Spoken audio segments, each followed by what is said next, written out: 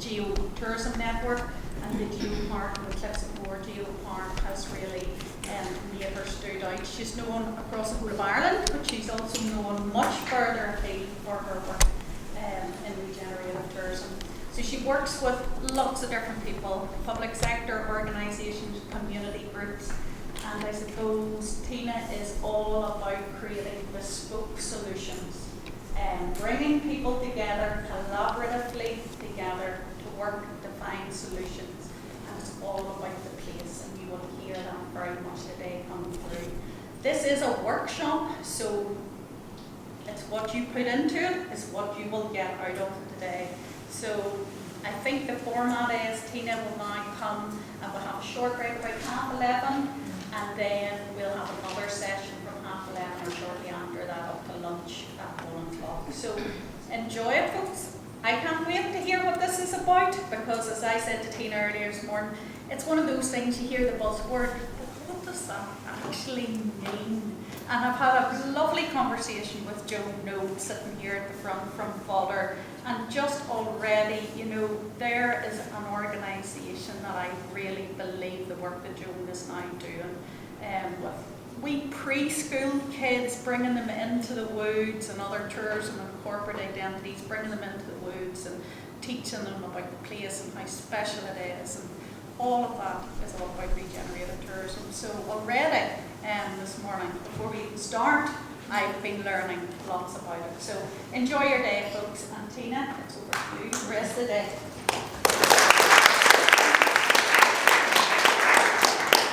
Thanks, Carolyn. Thanks, Ethan. And hello to everybody. It's brilliant, brilliant, brilliant to be here. It's fantastic to see so many in the room, and to be kicking off for the 3 hours. Thank you for that very flattering introduction. I think it's probably a bit too far. One thing about TED Talks, it's 19 minutes and about 20-something seconds.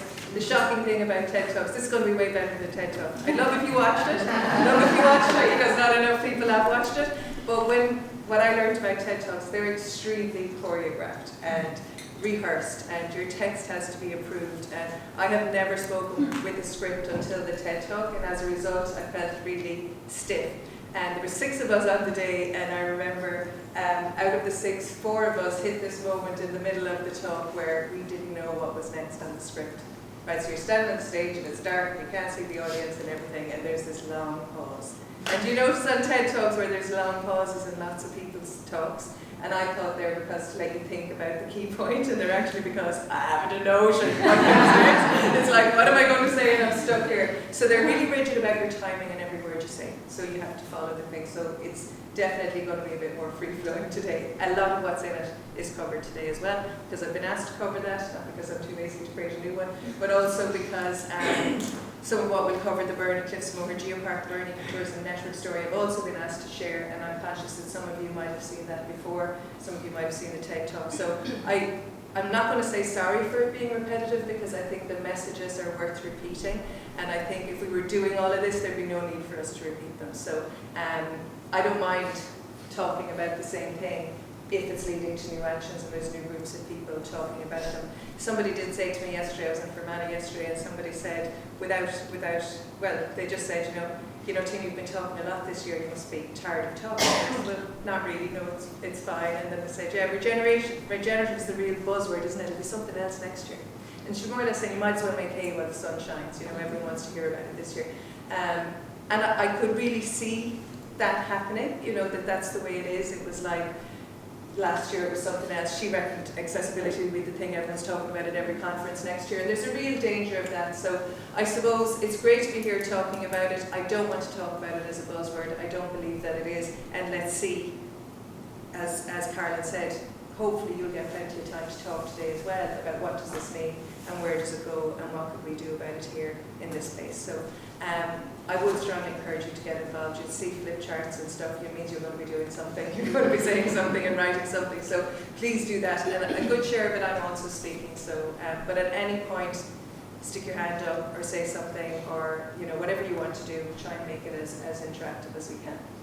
Okay, so that's me. If you want to connect with me, LinkedIn is the place to do it. I've slowly decided to not do the other ones because they're just too draining. But this is one of the things I think about. When I accidentally fell into sustainable tourism around 2009, looking for a job to get me out of the house, having been at home on maternity leave for a good few years, having moved to West Clare or North Clare, love of the place. My husband was working, I wasn't. Badly needed to get back to work just to do something, I suppose, to an extent, and also was in the middle of a crash. And my husband's business had crashed with the crash. And the job that came up was the coordination of the Burn Ecotourism Network at that time. And so I have to honestly say I didn't know a thing about tourism or eco. It was a day and a half a week. It was in Enstone, and I could work around the school times or the creche times, whatever it was, and they were the primary things. And I always remember at the time, so I had a very outside view of what I was doing. And people would introduce, here's Tina, she works in sustainable tourism. And people in tourism would say that, mainstream tourism. And those were the terms. There was mainstream tourism and sustainable tourism. And sustainable was very much fringe and niche and alternative and annoying, I would say, to mainstream tourism. And I used to always think as an outsider, why would I say I'm in mainstream but she's in sustainable? As if they were opposites. And therefore, does that mean I'm unsustainable? What I'm doing is unsustainable, but they're doing sustainable over there. And I could never get that dichotomy that was really strong. Now, we don't say that anymore. Now we say, all our tourism must be sustainable. Every policy says sustainable. Every policy of every sort says sustainable in it. So we've moved from it being over there to being here. And now we've moved on to this new word, regeneration. I think it's made very complicated by a lot of people, and I think and believe it really is very simple and it's instinctive to a lot of people. This is the symbol that makes me think that to me wraps up regeneration in many ways. It's the tree of life symbol, as we would see, and it's like an oak tree, and this idea that an oak tree starts very small, obviously starts as an acorn, the great metaphor we all have all the time, and it becomes this. It grows up, it grows strong, but it doesn't keep growing forever. It reaches a point where it stops growing up and it actually grows out. It grows out and it grows down and it grows deep, and it grows in all these other different directions. And I heard some business guru lately say, there's scaling up and there's scaling deep. And to tourism can scale deep. So I think like that, it branches out, more branches come, more leaves come. It becomes an ecosystem of its own. The other organisms live within this, and it becomes and spreads and spreads and spreads and becomes a bigger and greater thing all the time. And like that, it's no good without its roots, and equally the roots are no good without its flowering on top. We could all decide just to be a leaf and pretend we're just a leaf and that we've no connection to anything else. And that's actually what happens in our very siloed world. We act like we're just the leaf. And that we're not connected to the branch isn't connected to the tree, and the tree isn't connected to the roots, and all of that isn't connected to the earth. We act all the time like that we're the leaf, and worse than that, we act like we're the caterpillar on the leaf. But we're so important, we don't even need to know the leaf is there. Do you know what I mean? We're so, and that's actually, so regeneration is much more that understanding of we're part of something big like this, that grows up, that grows out, that grows deep. And I feel for nearly every industry, for amongst the industries, tourism is the one that is most like that. And many people in regeneration wouldn't call tourism an industry at all, they'll call it a system. And that is a lot of what regenerative tourism is about. That none of you on your own, no visitors having just you as an experience. They're having this amalgam of things that are going on, that are all meshing together to create an experience, and none of them can operate on their own. So this is a sheep, obviously. I put this up here to say, don't be a sheep when it comes to sustainable and regenerative. I'm often asked, can you do an hour's workshop and teach regeneration? I just say, no, you can't, because people have to think about it. And it's place specific, and I can do a slide with a checklist of things, and there's one here, but it's not really. So I would encourage you, don't be a sheep. There's nobody who's going to tell you how to do this right. It absolutely has to be about you, your place, your particular ecosystem that you're in. So challenge everything you hear and ask, how does this apply to your place, your business, your organization, your committee, your whatever it is, whatever your context is, challenge it all and think, does it and how does it? So a lot of regeneration is, I heard somebody on a podcast on the way up yesterday going about, this is all a bit woo-woo, but I'm going to say it anyway. Head, heart and gut type of thing. And I'm not going to apologise either for being a bit woo, because regeneration is a bit different in the way it thinks, because it's not going to think in a siloed kind of way. So it means we're using our right brain and our left brain. And our right brain, I never know which is which, the more creative one and the more fluid one, the less logical one has a big part to play in this way of thinking. but there's a mix of both in this. So is tourism changing, do you think? Yeah. What's changing? Just throw out any few words. What's changing, if anything? Sometimes we feel everything's changing, and sometimes we think nothing's changing. But climate change is a big thing. Climate change is changing tourism. We're asked to make serious sacrifices to make that make happen overnight. It's certainly that we're doing. Yeah. The farmers have been asked to set aside 10% of their land for meals. Yeah. Why would we expect it to be used for tourism? Yeah. So climate change? Social change. Social change? I think so. What do you mean by that? So social change in their consciousness, people's consciousness, but also in what people can afford. So it is Yeah. a number of things. Yeah. Social. Thank you. Say something there. I think it's sort of costs are changing, like, and this is not necessarily bad, but the era of cheap flights is necessarily. Yeah. So what people might be able to afford will change. Yeah. Yeah. There's a bit more authentic, real. Yeah. Visitors are changing, costs are changing, affordability is changing, climate is changing. The product's moving towards the people and the engagement with the people, and I think there's kind of ways of accountability, not entirely, but there's a drift towards the experience and the interaction. Yeah, yeah. Absolutely. On the counters about the kind of Instagram generation, there's a program on Radio 4 Monday lunchtime where they were just having lots of different people talking about, you know, in Wales around, I can't think how to say it, what Snowden's called now, so we have a couple of callers and from there you actually have this incredibly posh lady who's giving out about these awful people giving to Harrods. But it's all about the kind of they come, they take the photos, they have an awful day, they travel miles, but it's got to be on the ground. So it goes against what the other three people are saying, but Yeah. is it both two sides of the same coin, or is it just very different? Yeah, I don't know. yeah. I suppose then it could be very flashy, maybe with the Instagram sort of Yeah. generation, so where you're prepared to have huge increases in visitor numbers, all of a sudden it takes one influencer to really change that narrative and then do a detrimental impact. Yeah. Yeah.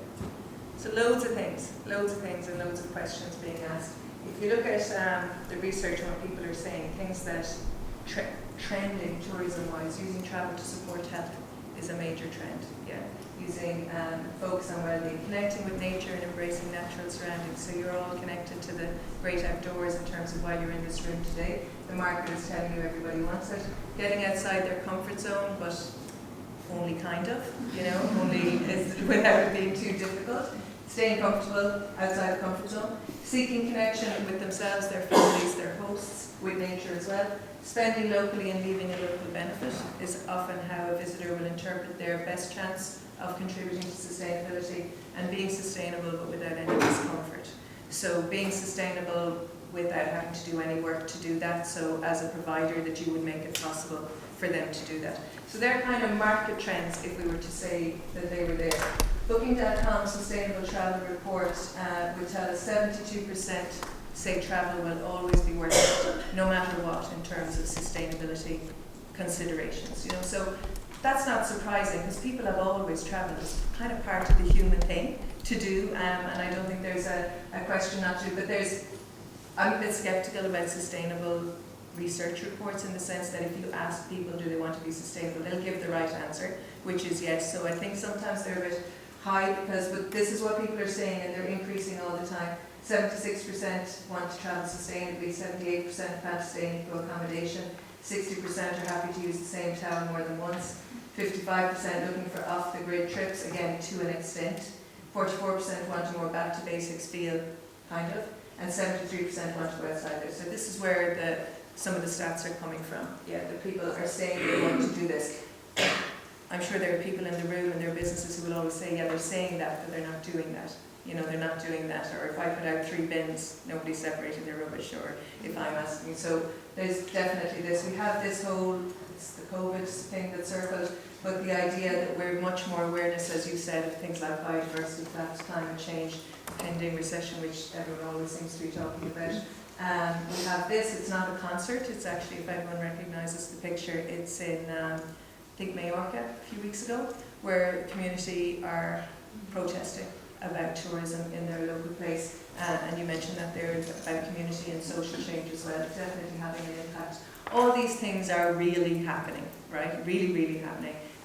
Real research, real statistics, and telling us that tourism is in a period of transition. I'm going to speak a bit about this, but tourism generally has been about growing economic benefits through growing visitor numbers, in a nutshell. That if we have more visitors, we'll have more economic benefit, we'll all be better off as a result in many ways. And so let's keep growing the number. You know, that's the idea. And I'm sure most of you could tell me what the target has been in Northern Ireland for visitors for the last number of years. Now we're talking about tourism that grows economic, social and natural value through delivering profitable local businesses, achieving low or no carbon emissions, caring for the place, enriching the community and empowering the visitor. Okay, now that is more of a summary of what a regenerative mindset of tourism would be. So it's kind of saying, it's hard to disagree with any of that tourism wouldn't deliver any of that, but it's more of a circular type of mindset. Okay, so it's not just working on the visitor number. In fact, it doesn't even really mention the visitor number, and we're going to talk a little bit about that. Does it make any sense? What does regeneration mean to you already before you come in the room? If you were to, or why are you even in the room? Why come to something like this? Regenerative farmers branching out into agri-tourism. So regenerative is our day-to-day farming practice. And actually, through doing that, everything else just seems to fall into it very naturally, because that's our way of life. And it's really exciting to see the move from sustainability to regeneration. And you were saying about, people sort of looking at you as being a bit wacky. We've been the wacky people for years, and it's really good that there's more regenerative farmers and people coming on board. So, it's great to see that tourism is going that way too. Yeah, brilliant. Brilliant. Anything else as to what it means to you or why you're here to talk about it? Wanting to continue for the future, so that whatever we're promoting and working on actually lasts and actually benefits the kids coming through. Where sometimes things have been fads or trends, and really it's about taking that step back and looking at it from the longer perspective. Yeah. Great. So there's, in regenerative terms, we talk about intergenerational, that we're in a generational journey here, not just a journey of our own that fits in a 5-year plan. It's way, way bigger than that. Anything else? I suppose I want to ensure that the children and young people's voice is heard in this as well. To make sure that we include them in what we're doing and that we're asking questions of them too. Which is their right under the UNCRC, so to make sure that that's also included and to get their views on what they're doing and do they like it. Yeah. Really important. So there aren't, as I said, and I'll repeat this again, too many correct answers here. And today isn't a workshop that's about you're going to get a methodology of 10 things to do. This is about us thinking and talking about these questions. And I'm just putting it there, this is about thinking and talking today, right? That in terms of expectations, it's a workshop for you to start engaging with each other on these things. When people say to me yesterday, is this a fad?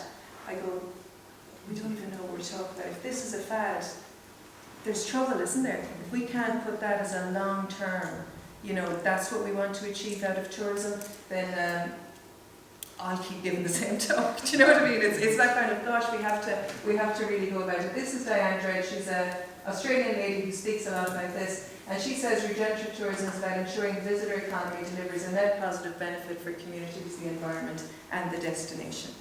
That key idea of net positive benefit, right, is something to keep in mind. On a scale of 1 to 10, how far, say, tourism in Northern Ireland or outdoor tourism in Northern Ireland, how good is it at that? If 0 was not at all, we're nowhere near achieving that, and 10 was, we've blown that out of the park, we're the eggs on par for that. Any sense? I had too much time on my hands earlier. If you were to give me a number, I'll draw a little line on here. There's just too many of you ought to come up and write it up. But roughly, throw a number. What number are you on? 3. Someone said 4. Anything else? I'll go 6. You'd go 6. Because in this part of the world we're very lucky with what we have here. Yeah. Outdoors, yeah. Okay. Fair? Okay. Where would you like to be? Yeah, the same. It's just instinctive, isn't it? It's instinctive. There's no great thinking needs to be done about that. The question is, how do you get from there to there? You know? And as JFK said, you know, how do we get in the moon? You first have to want to. And we're still at the stage of enough people wanting to think about doing it a different way, I think, probably.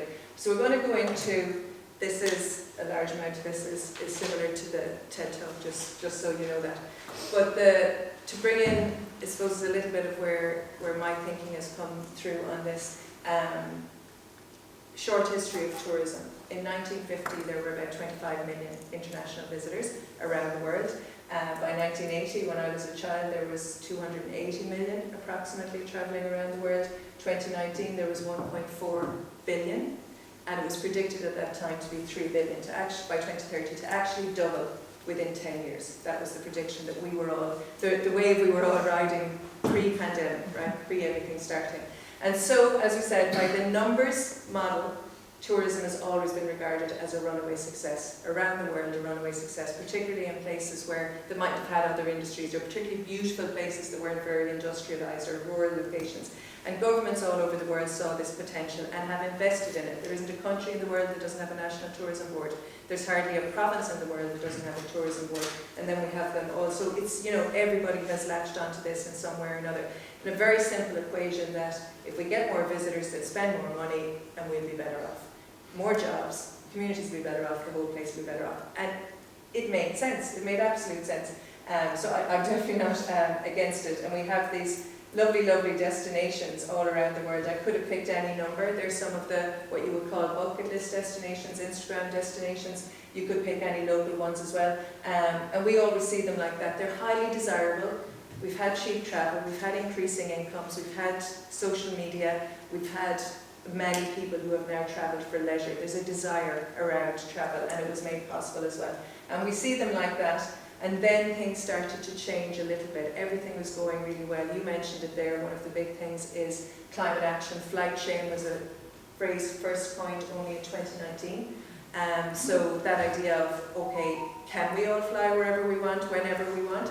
And some countries have put a restriction on that, like France, for example. We can probably expect to see more, and we can, as somebody said there, prices to increase. That's probably going to change. We live on an island, so that's particularly worrying for our tourism industry. We have this coining of the phrase of tourism leakage, the idea that you can have a lot of visitors in your destination and not have all of the economic benefit, and actually not have all, not even have 10% of the economic benefit. So that's one of the things, that the visitors in the destination may not necessarily be benefiting the people in the destination, or the destination, that the money was leaking out somewhere else. I'm always struck by the statistic that the CEO of Booking.com about 5 years ago had a personal pay packet of 13 million.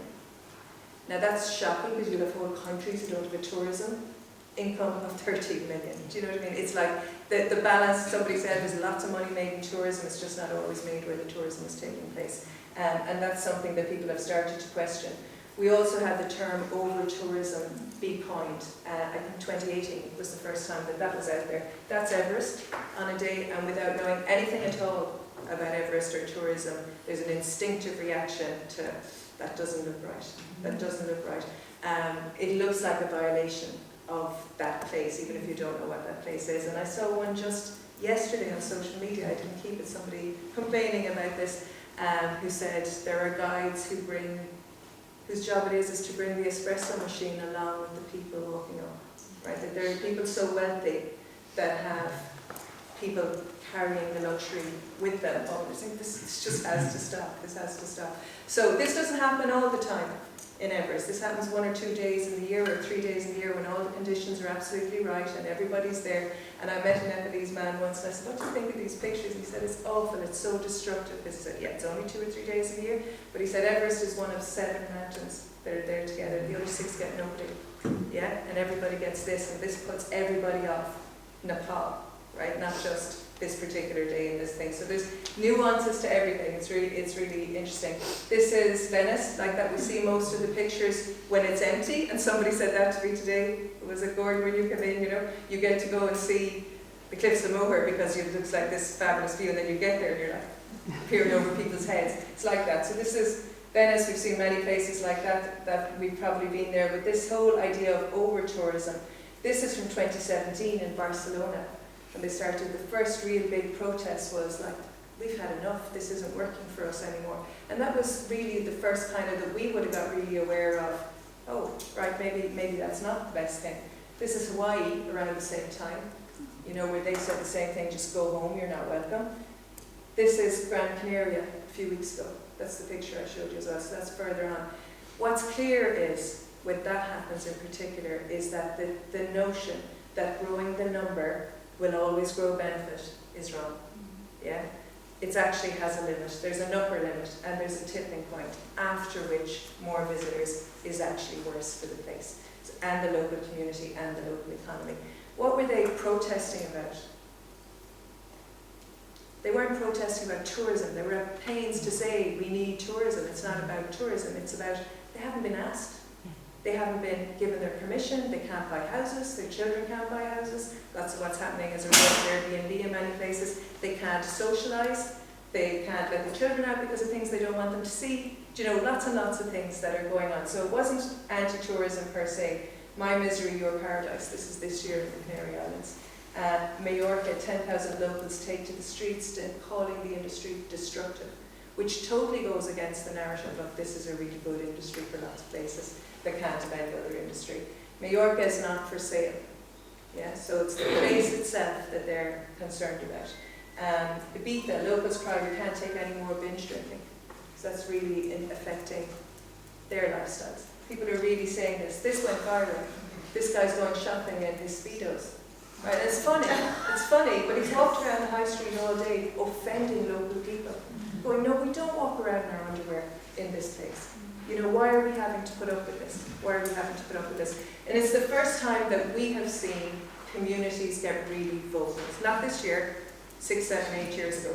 We don't have that issue on our island right now. I don't mean the Speedos issue. I mean the over-tourism issue, right? We don't have it so that it is so drastic. And actually, generally, people are really well disposed to tourism, and they're very welcoming and see the benefit. But what it says to me is you can't count on that forever. You can't assume that's always going to be the case. And a big question, I go, is we have assumed social license. Tourism has assumed a social license. That, for example, in these places, they're saying, you never asked us. You never asked us for that, and we actually have a stake in this as well. Even though we don't have the crowds like they do have here. Here's one from late last year. North Clare communities at breaking point with tourist traffic. That's around where I live. That's just the Clare thing. And communities starting to say one of the things about COVID is all the tourist places have realised what it was like to have the place to themselves. And so they have something to compare it to, and they go, hang on a second, I was able to drive around here 2 years ago and I'm not able now. What happened in this case, which was very, very sad and tragic, or what spurred this, is that a local man was driving from his house into Listongarna in the local town, and he comes down the road and there's a tourist car coming at the wrong side of the road, they have an accident and he gets killed. And he was a local man driving to the shop. Right now, there are a lot of people in North Clare will tell you they've had that experience where they come along the road and someone's coming at the other side of the road. Luckily, no other people got killed, but it happened for him. And many of his friends, and his wife in particular, really kind of started to get vocal about this and say, she would say, tourism killed him. Tourism killed my husband. And she was saying things like that all the time.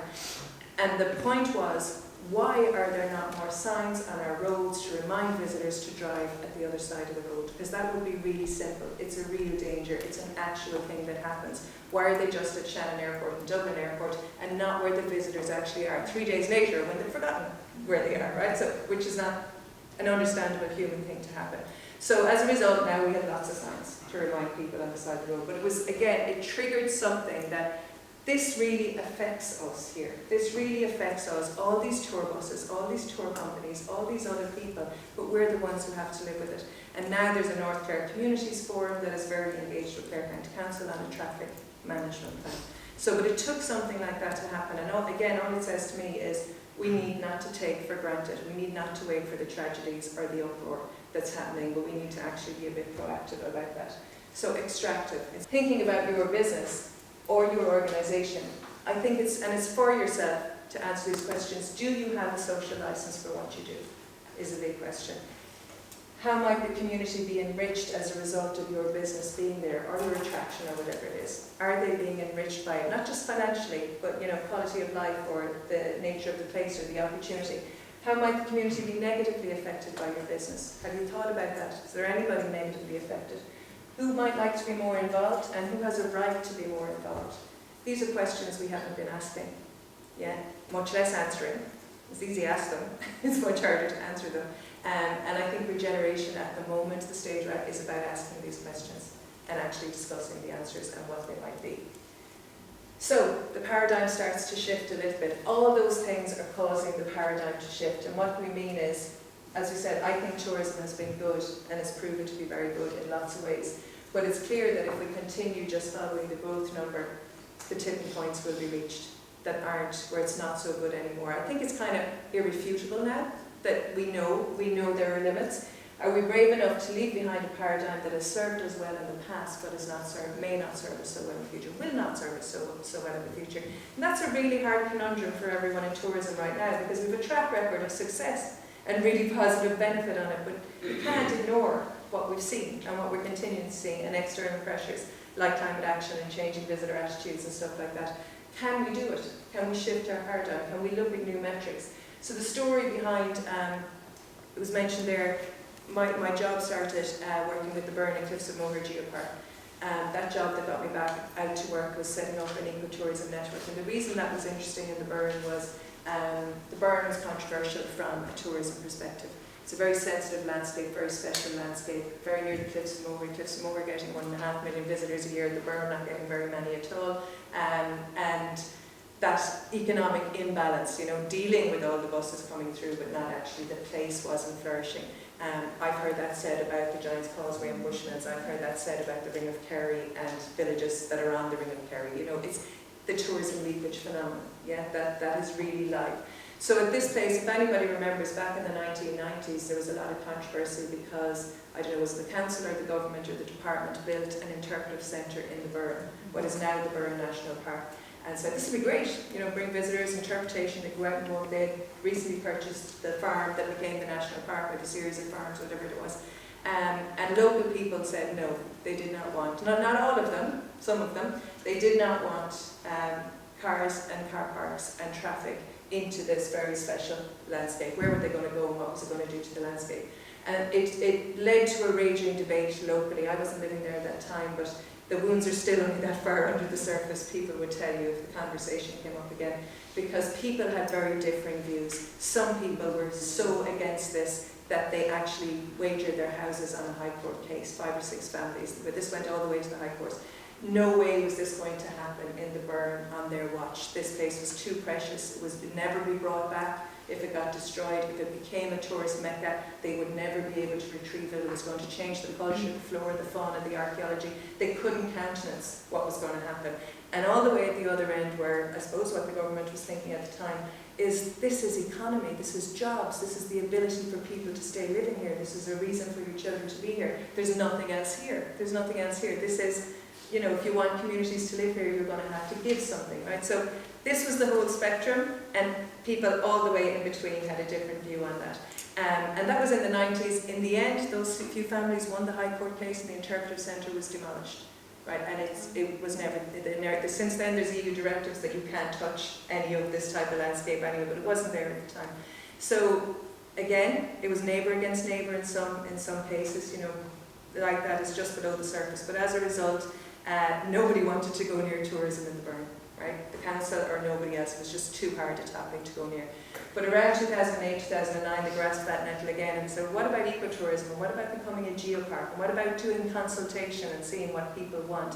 And that was my good fortune to be there at that time, and this leader-funded program was to work with businesses. Would you like to be in an ecotourism network? And if you wanted ecotourism, what would it be, and how would it need to go about? So there was a long period of consultation. Evening meetings, lunchtime meetings, town halls, all of that kind of stuff. Just listening to everybody about what they wanted.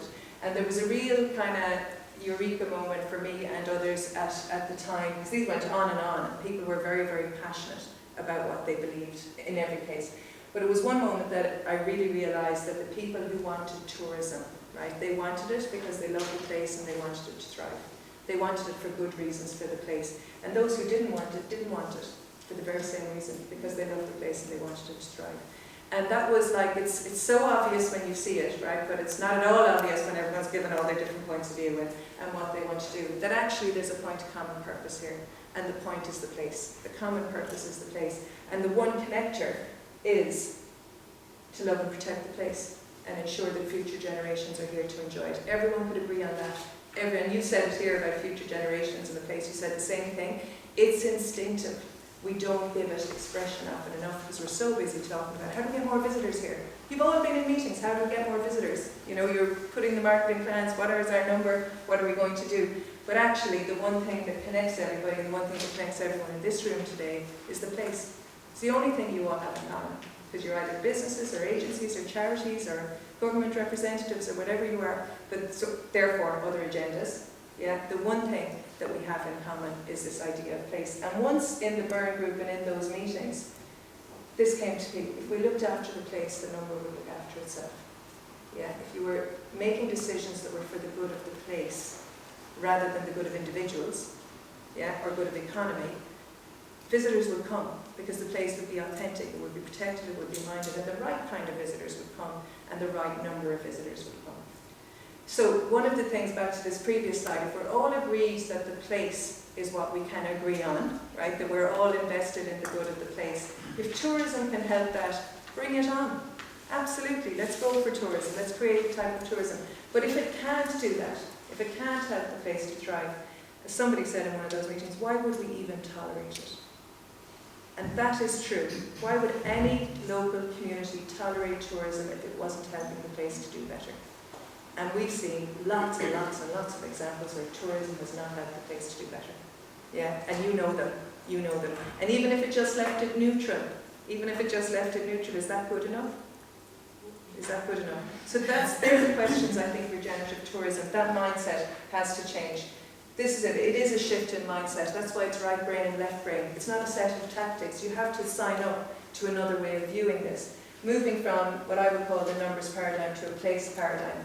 Not about less, but a different kind of more. And what do we mean by that? It's a nice catchy phrase, but it really means more value for local residents, more value for local places, more value for the hosts, and also more value for the visitors. And again, I'm picking on Gordon because we were chatting earlier, where he just said, you know, visitors have a better time when it's all slowed down, when they spend longer in a place, when they're not like this wedged in St. Mark's Square or whatever it is. You know, the hot spots keep getting hotter, you know, all the time, but actually the experience is getting less when that happens. So it isn't about compromising the visitor, but it is about putting them number 4 in the list of stakeholders. Back to the question of why would we tolerate this unless it's serving us?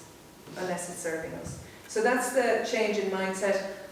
I like to call it the place paradigm. This is a very rough version of that, and depending on my presentation, it might look different in other presentations. But broadly speaking, place at the centre. Place is the point of common purpose. And what tourism should deliver, because of that place, inspired by that place, it should deliver profitable local businesses. Now, I always put this first, not everyone involved in regeneration would. I believe in the economy, and I believe that everybody who's breaking their heart running a business needs it to be profitable and robust over the longer term, because we can't talk about any of the rest of the things other. We also need it for solidity of employment. We also need it for continuity of community. We need businesses that are going to be there over the longer term that are solid. We have for too long settled for businesses not being profitable enough. Yeah? We have settled for that in tourism. We don't settle for it in other industries at all. Most farmers, every year I can turn on the news, certainly of our farming associations, and know what the average income of a farming family is, because they tell us every year, they tell us it's not good enough. Nobody could tell me the average income of an average tourism family, for example, and whether it's good enough or how it compares to the average age. We don't count it. Enriched communities, partly enriched financially, but also enriched from a quality of life point of view and from a pride of place point of view, which is really important.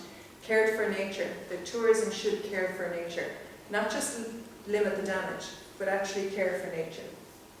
That there would be authentic experiences that belong to this place, that even if I was a walking guide in the Mourns, it would be a completely different experience if I was a walking guide in the Sperrins. Yeah, that it is absolutely authentic to the place, and that visitors are empowered. Yeah, so visitors being satisfied is different to visitors being empowered. We've spent a lot of time trying to satisfy our visitors, looking at the segmentation, seeing what they want, delivering that. Right, regenerative tourism would go, well, what do we have that's authentic? And who are the visitors that value that? And let's empower them to experience it. Let the ones who value what we have, as opposed to, well, the best chance is the German market in this category who do this, who have a direct flight from there, right? So we've been leading it out that way, bending ourselves to what the visitor wants, when really there's a lot of visitors and there's a lot of interest groups. We should be about what we have to offer and finding the visitors who, so almost segmenting from the place out. What's interesting about the place is all these things are like circling around the place, feeding each other, helping each other get better, but protecting the place in the middle of this. Because that's the only thing, to my mind, and I don't know that you can really dispute this, that is there for longer than we are, and will be here long after we're here. Right? So the place is kind of the thing, it's the core thing. It's not the business, it's not the experience, it's not this year's Minister for Tourism, it's not anything like that, it's actually the place. What would this mean for destination planning if we actually started all our tourism conversations with what's good for the place, as opposed to how do we grow the visitor number? What would that change? 5 years ago, we could have said, well, we can measure the visitor numbers. That's why we go by visitor numbers, because we can measure that and we can track it over time. Now, it's a hard job to measure the visitor numbers. Like, somebody actually has to count people who come through airports and through ferries now, so it's not like it's easy to measure visitor numbers. I think there are other metrics if we were prepared to measure them, and we're starting now to measure them. So things like what would be on this. Why don't we measure how satisfied visitors are? Why don't we measure the average income of a tourism family? Why don't we measure how many new tourism jobs were created in the last 5 years locally? Not GDP, not Central Statistics Office type stuff, but in the place where tourism takes place. What if we measure the number of experiences that are created, that become profitable? What if we measure profitability of experiences, not satisfaction of visitors? Or we at least did it as well. We can measure all of those. So what would it mean? Key questions. We would start asking a lot of different questions to what we're asking now. One of them is, how can tourism create conditions for this place and its people to thrive? Yeah. Somebody said to me one day, how do you define thrive? I know every one of us has a really good sense of what thrive means. Don't need to define that for you to understand that. It's a distraction to be talking about that kind of thing. How can tourism create conditions to thrive? I do a lot of consultations around the country. This is from way before I was using the word regeneration of any type. But when you ask people in communities, if I was to ask, and I am going to ask you all here now, what's it going to take? How would you measure success? How would you know if tourism was successful here? This is a destination on the Ring of Kerry, a place 3 miles from the Ring of Kerry, the busiest tourist route in the Republic of Ireland, saying we would measure success by the number of children in our primary school. Now that's, to me, that's really emotional, right? But it's a real figure.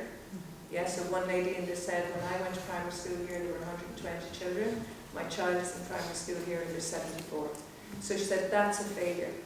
That's a failure because we're in the biggest tourist destination in the country. Yeah? So it is a failure of tourism. We can no longer ignore those statistics, I believe. So she said, well, if it was back to 120 and, you know, there were families living here because there was tourism, I'd be delighted with tourism. Like, it's a really good thing to look like because it's meaningful. This is another place who said, place doing really well economically. The number of people who don't commute. They felt the town was emptying out every day. Nothing left of the actual character of the town. It had just become a commuter belt town. And along with tourism and other things, they were looking for more jobs that were in the place. Not just a commuter place, but a place to bring back the spirit of the town.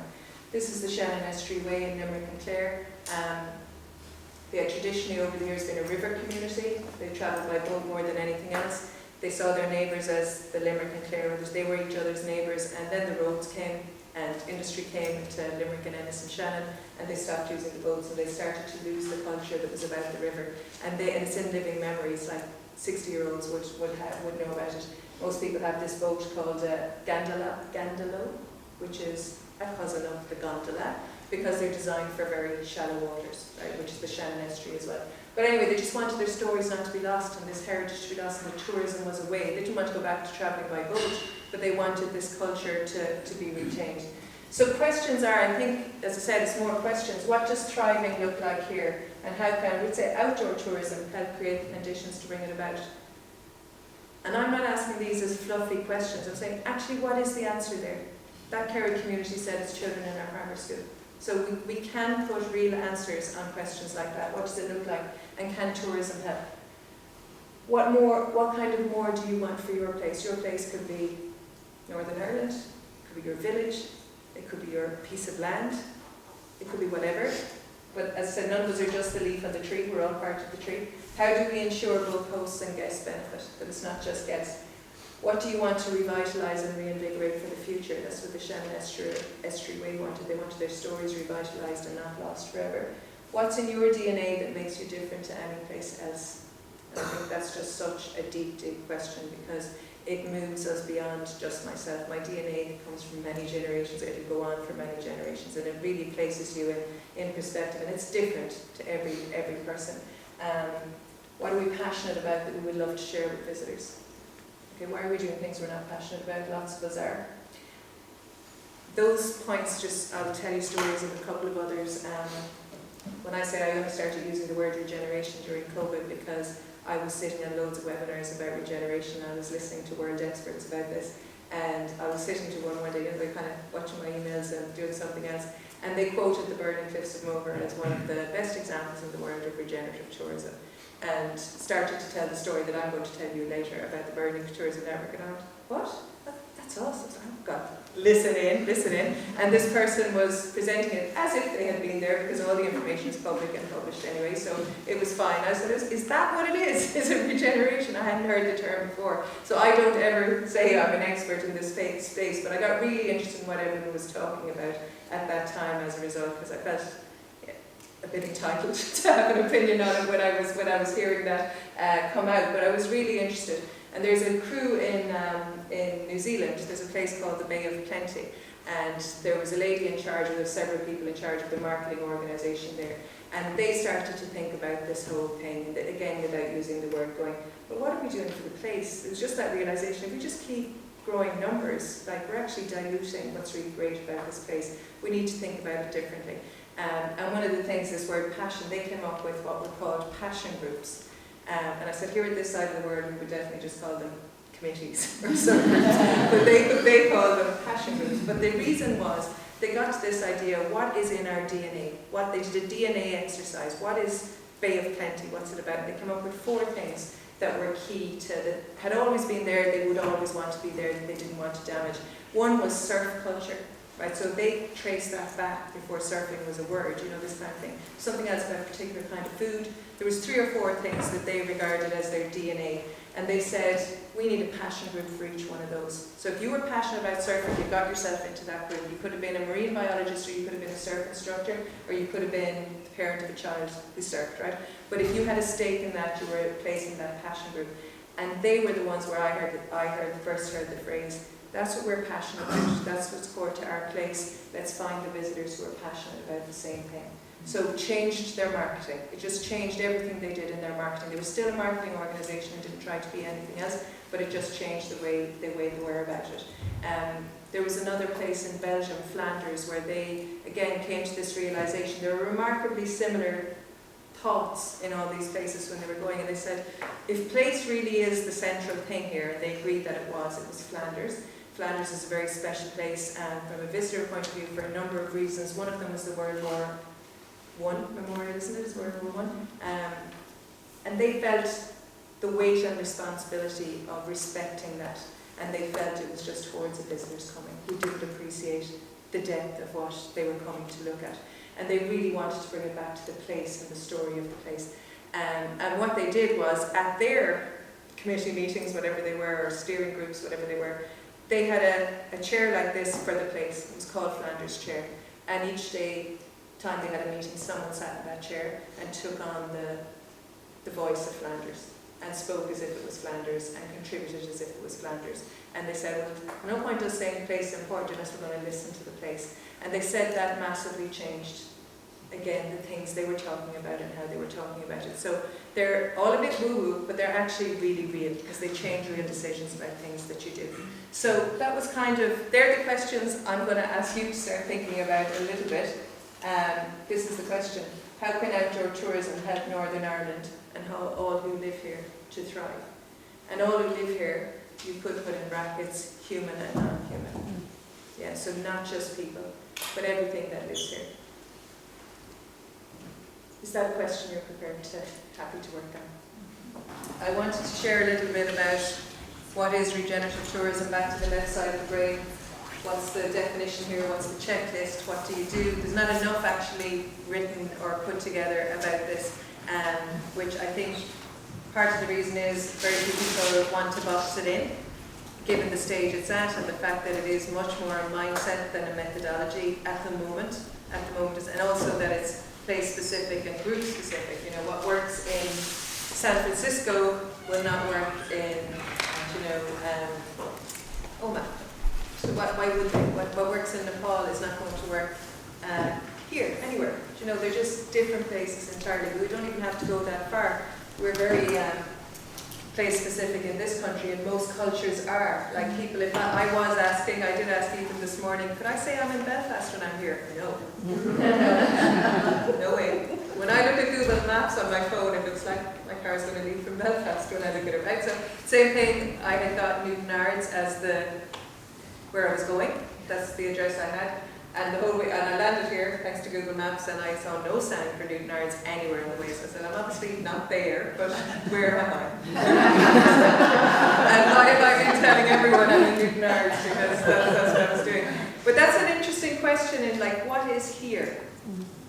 What is here? Because it defines tourism. Tourism, people travel to other places.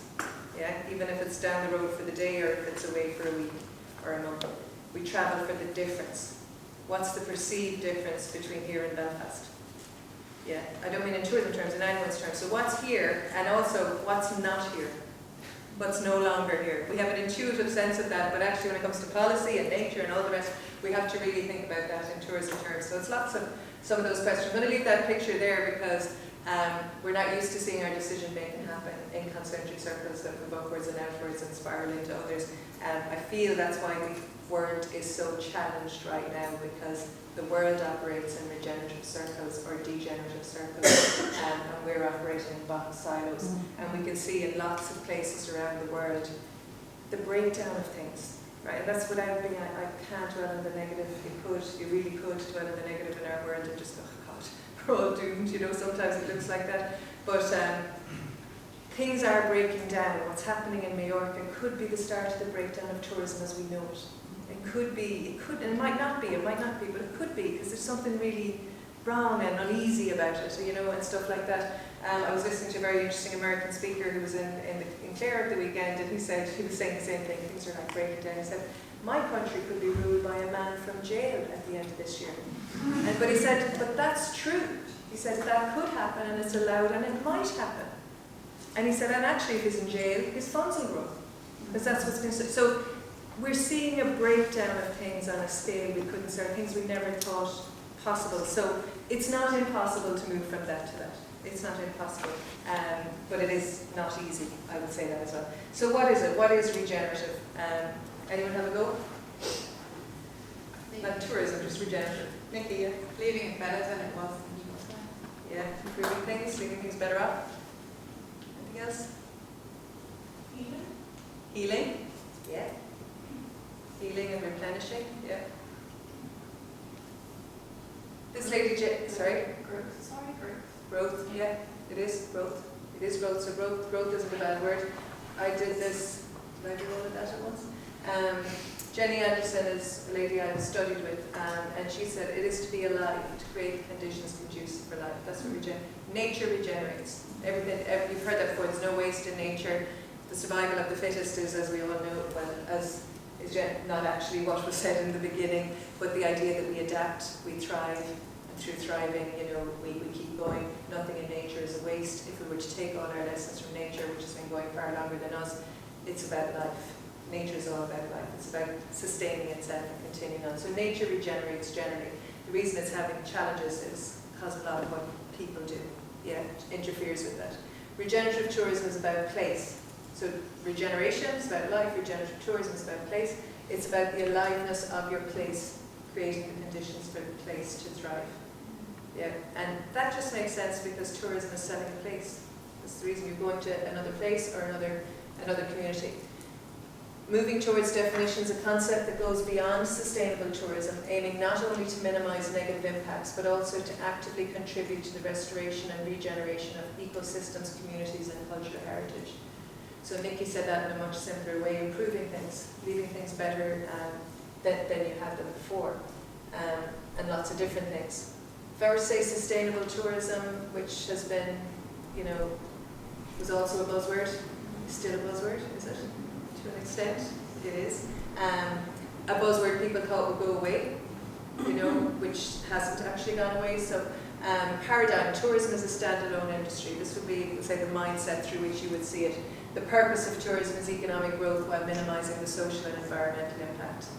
Yeah, so keep growing the numbers, but let's do as little damage as possible as we can while we're doing that. And approach, find ways to lessen the impact of tourism on ecosystem and communities. And it's assumed the impact is negative, and of course tourism can have positive impacts on those as well. So that would be the paradigm of sustainability. Regeneration is more, tourism is an integrated living system. Okay, so it's involved with lots of other groups. Yeah, it's not just a standalone industry. It's not like the pharmaceutical industry that can stand on its own, and a factory could be in any place in the world and it would make no difference. Where it was, they would do the same thing. Tourism is different in that it's integrated into its place and its community and its nature. Yeah, you can't do it without it. Purpose, to enable communities and ecosystems to evolve and restore. So regeneration really goes way out there and says it's about making this place better. Yeah, and not necessarily putting the number first. And the approach is to find ways to align with nature and achieve harmony in economic, social, cultural, spiritual and ecological development. So we're taking all these from textbooks and stuff like that. Yeah. So that's quite a challenge, isn't it? This one I think we're all quite comfortable with. Lots of people were nodding, we've got to that point on sustainability. But when you look at it, it is the doing less harm side of things rather than the doing more good side of things. And again, to get very simple on that, doing less harm, minimising or eliminating carbon footprint, conserving and protecting nature, and satisfying and delighting visitors. Which all sounds really good, and I think we've all gotten very comfortable with. As I said, back when I started tourism, that was madness. That was actually madness. And somebody said about being mad, interestingly, I saw there's the head of tourism policy in our, not head of tourism policy, the chief kind of academic on this is in the University of Limerick. And he spoke at an event, the launch of the Cliffs of Moher strategy, which has changed a lot in the last 20 or 30 years. And he said, you know, he was kind of admitting it had to change, but he wouldn't have been an advocate of this. And he genuinely said, honestly, those people we all thought were crazy, it turns out they were the visionaries. And he said, that's amazing. So crazy's come and cool eventually, but doing more good. So at 10, 15 years ago, we wouldn't have been even having that conversation at all. But I think it's there now. People are confident in it, really, that there's a plan around it. Regenerative tourism, restoring and enhancing nature and partnering with nature, vitalizing and enhancing culture, empowering visitors, and enriching and involving host communities. So it's not saying this isn't important, it's building on that, and then it's also trying to bring more good. So again, instinctively, which one would you rather be at? You know, as an endeavor in life, which one is the thing to be doing? Because if we're not, it's not enough to protect nature anymore, is it? We have to be doing better for nature because it actually really needs help. And if we left it alone, it will be fine. Empowering visitors is different to satisfying them. It's an entirely different approach to how you deal with your visitors. And the visitor here might be a nice visitor, felt open to that. They want to be able to do that. We have to tell them how to do it. And enriching and involving the host community. Regenerative tourism, I'm not going to dwell on that because it's too long. This one is interesting, and I know there's a few from agriculture in the room, but just as healthy, rich soil is primary to regenerative agriculture, so too is healthy, vibrant community primary to regenerative tourism. And it's a really nice way of describing where tourism needs to sit. Because we get the soil thing, so community being the soil here. Regenerative tourism in action, it's hard to do that. I could trawl many, many places, and all you will find about regenerative tourism in action is regenerative tourism businesses. Back to this point of, is it all the business? You know, the point there, is it all down to them? And that's pretty much what I have here for you, but I would love to have checklists here of regenerative tourism state agencies, or regenerative state agencies, regenerative charities, regenerative communities, regenerative visitors. We just haven't got as far as that work yet, I think, and it will be interesting to see it. But a regenerative business, if you were to give a checklist for it, firmly rooted in the place. Yeah, so the experiences are in and of the place, profitable and robust over the longer term, minimises or eliminates carbon emissions, empowers visitors to experience and treasure the very essence of the place. And I think in what you're all making possible in terms of the outdoors, it's exactly what you're doing. It's exactly what you're doing. By default, you know what I mean? By default, you're doing that. Is accessible and inclusive. So it wouldn't just be for the few. It would be as open as could be, and allowing all groups to take part. Enriching and empowering local communities, doesn't see itself as separate to the community, it's part of the community, and equally doesn't see itself as separate from nature, but part of nature. Collaborates widely. So collaboration is something we're going to talk about here. That's a kind of a checklist for a regenerative business. And as I said, anyone who's serious about regeneration would say, never show a checklist, because it's about something much more integrated than that. But we operate checklists, so it's useful. This is a business in Donegal. I interviewed for a case study, and over the course of the case study, the owner just said this. And I could give you 20 examples of businesses I would speak to who would say things like this organically. Not every business, but a regeneratively minded business. So I don't think this is hard for people. When we start thinking from the heart a bit more and around the place, it's actually what people say. So this is just, I have to treat my staff right, my guests right, quality, and I have to support the local community. That's what my business is about, and make a lot of money. People have said that too. They charge well, they charge really well. They said, yeah, if we don't charge well, none of this other good stuff is happening. Yeah? So there's no apologies for that either. This is one I use quite a bit, and some of you will be familiar with. It's Barry Flanagan and Lochern water taxis. And it's just this idea of thinking differently. Barry has built this boat, custom built with regenerative principles in mind, because Barry sat down and said, well, what do I want? And COVID gave him the chance to do that. What do I want here? He was a person who had chosen this business over an architecture career that he had based in Belfast, because he said he was spending most of his time looking out the window going, show us on the lock today. And then he said, well, no, I'm actually going to spend my time on the lock. And he got involved in Lochern water taxis. But through his own life, he's really passionate about the heritage of Lochern and the stories of Lochern. He wanted a way to be talking about that and being involved in that. He had been involved in groups that were involved in accessibility, so he wanted people who had disabilities to be able to get on Lochern and explore the same thing. He didn't want to be damaging the lake with diesel engines, and he didn't want to be disruptive. So he started with, what do I want? And as a result, he created this boat that didn't exist before, that he custom built for himself. Powered by solar panels, plug-in electric engine, 6 wheelchairs can roll on and off that at the same time without having to be hoisted or lifted or need anybody else, so the full independence of the people who are going on and off. It's silent because it's electric. So I've been on that boat, you have to kind of tell the swans you're coming because they don't hear it. So as a visitor, you get very close to nature. And you've all been on boats, I'm sure, first, where you hear the engine all the time. It's just such a feeling to have silence while you're out of the boat. So the piece, the connection to nature, the lifestyle, the whole thing, that's regenerative. That's regenerative. Ticks every boxes without Barry ever having used the word or even thought he wanted to be that. Just thought of what's a good thing here, and I think we could give more expression to that as well. Is there a way? How can I find a way? Just so now it's about how to get the idea for a boat. It's like people are telling you need to pay the boat because other people could build that boat and it would serve that purpose somewhere else. There's a new thing to do with tapping into what's special about your place. There's a real business on the Ring of Kerry called Hold a Baby Man. Yeah.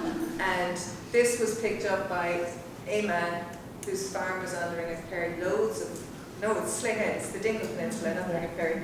loads of buses going up and down, and which bus would stop here, which bus would stop here, nothing happening. And somehow or other realised that, somebody in a car stopped going, can we touch the lambs, right? And he was basically, when he started, if the bus stopped, you would hold the baby lamb for €2. Right, and there might be 50 on the bus, they might all hold the baby lamb, and they might all get a photo, and it was showing up on Instagram, and more people wanted this. And for the visitors who were coming, this was like the most amazing thing that had happened on their trip. And you can see post after post on Facebook, and oh my God, I just held a baby lamb. And as he said himself, all the lambs are babies. It's only people who aren't farmers who call them baby lambs. But he put up the hold a baby lamb, and a lot of the lambs they're holding definitely are not babies anymore. They're things like this. But what was interesting, and there's loads of things, he spotted something special in the mundane that was around him. As he said, if his own children were to pick up a lamb, they wouldn't do it for him. It was really it was just he saw something that was special, and that's probably an extreme example. But the thing about our nature is we don't necessarily, our outdoors, we don't have to enhance this for it to be special. We have to make it possible for people to be responsible there. We have to make all kinds of infrastructure around it. But it's the thing itself is so special. That's not the issue. I think somebody said it, that what we have is so special. It's to remember that. We don't have to look very far, and it's, other people don't have it. This is the other thing, it's a bit back to the oak tree. I use this analogy because people get it when it comes to experiences, visitor experiences, or walkways, or trailways, or greenways, or anything you're putting in place. Tends to be really perfect, tends to get created with all the good intentions in mind, like a lovely handcrafted chocolate, where it stands alone really well, looks really nice, is appealing, everybody wants a bit of that, I'd like one of those, etc. And it stands on its own. But we know, the theme of today, nothing's on its own. This looks way more appealing and way more interesting. And that's everybody's perfectly crafted chocolate put together. What does that mean? That's more what a destination looks like, that it's this pick and mix type of thing, that they all belong together, but they're different. Yeah, and that one person might pick a certain 3 of those, and another person might like those at all, and they pick a different 3. But the appeal of the whole lot is important. So they belong together, but they're different. The container there, the box there, for me, in regenerative terms, they would say is community. I would say it's place. Place is like the container for all of these things, and community is within it as the place. Without that connection, we don't have anything. And I know I'm harping on the same word here. You're never in tourism rooms where we're talking about place. How ludicrous is that? We are never talking about place when we're in tourism rooms. We talk about everything but the place. We talk about everything else. And the place being the container and the holder. And what does that mean? What does it actually look like in reality? I could, I'm sure, use lots of pictures from Northern Ireland. I haven't because I don't have permission to use business. I really couldn't make the effort to do that for this one. These are ones I have permission to use because they're from the Burn. That's an example of a box of chocolates from the Burn. It's exactly it. All of those businesses, I could go through them all. You can only do that experience because it's there. One's an ice cream parlour. It could be an ice cream parlour anywhere else, but their flavours are the flavours of the Burn. They forage the flavours from the Burn. You're looking at, there's a seaweed forager, there's a sheep farmer, there's a wellness guide, there's 2 caves beside each other, but they're different. There's all these different things. They're all within the Burn, but they all belong together. And that's the thing, we tend in tourism to pit those against each other. And we see those as competing experiences. And people in the same place see themselves as competition to each other, when actually they really are each other's competitive advantage, and that's what I've been asked to speak about, the Burn Tourism Network. That's some of them. It's why they're happy to promote each other, because they see themselves as being on the same team. This is a festival that happens in the Burn where they walk cattle up to the mountains because of an ancient tradition of farming there. Again, it's a festival. There's they sell tickets for this, and it was sold out for 600 tickets last year. Instantly, but there's no risk. You get to walk up after the cattle. That's the festival, and there's a food fair as well. But it's the meaning that's behind it, and the people you meet, and again of the place. So I'm not going to go to the thoughts, but I'm interested in your thoughts on any of that. The definitions are useful to have a conversation, to be able to start and to be able to compare things. But like I say, having a checklist of what makes a regenerative business will only really be good if we have a checklist of what makes everything regenerative. it a regenerative trail, what makes a regenerative car park, you know, even, we could be having those conversations. So, any thoughts on that? Anybody wants to come in on? Should we accept that to do this right and do this well, it's going to be more expensive often? And I ask this with your man in Donegal with my handbag who says, I pay my people well, I pay my suppliers well, but that feeds through in the cost of you coming to my place. And as an employee of council, one of the things we always get asked in terms of accessibility is, you've come up with a great idea in a project here, but most of the people out here can't afford it. So I'm thinking about areas of, you know, significant deprivation. Whereas Belfast, we talk about access to places, financial access is a big thing. And politicians would say that to us as staff. Yeah, but sure, that's a very elitist thing. Only people with money can do that. So, and that may be how it is. Look, you don't, unless there are any politicians, you don't really go back as an officer and say, well, that's how it is. But I'm just saying, has in your experience anybody balanced that? Because it sounds to me like to do this right, it costs a bit more. And I don't have a problem with that. I'm not sure it costs a bit more all the time. I'm not sure that well, tourism costs money. Tourism itself is an elitist thing. To travel is an elitist thing. Not everyone can afford to do it. I think that's a certainty. So it's a question of degrees of affordability within that. I know you're in the recreation space as well. I think as long as we're charging for things, there's always an exclusion factor on that. So one of the questions is, can it be subsidised to be opened out for more, right? Is it more than a commercial endeavour? My point is, and it's the point before, the point I was making is that businesses can't be the ones to hold that cost, because that's not what businesses do. But there are other places that can hold that cost if we believe in social access. We don't act like we believe in social access in tourism. I mean, I know there's lots of initiatives. I think that's a question for, here's the way we do it now, is there another way to do it? But I do think tourism in and of itself is an exclusive activity. And we know that. And it's a discretionary activity as well to a lot of people. So I'm not, Rack House would be on the high end of stuff, for example. It's quite affordable to go on Barry's boat. Yeah, and Barry would have a lot of times when community can go on that boat. I mean, you know, local people, not visitors, can go on that boat. So there's an example where access is a core value of his business, and so he does a lot of stuff that lets people do that. And it's not outrageous in terms of something to do for an afternoon. So I wouldn't say it's essentially that case. The flip side of that is, you know, I give a good service and I pay my people well. Unless people are charging well, their people are not being paid well. Yeah. And that's a differ. They don't have good conditions, and for too long that's been okay as well. You know, that's been okay for people in tourism not to have the same conditions that others do. So, and I think as a society we have to accept that's going to cost more.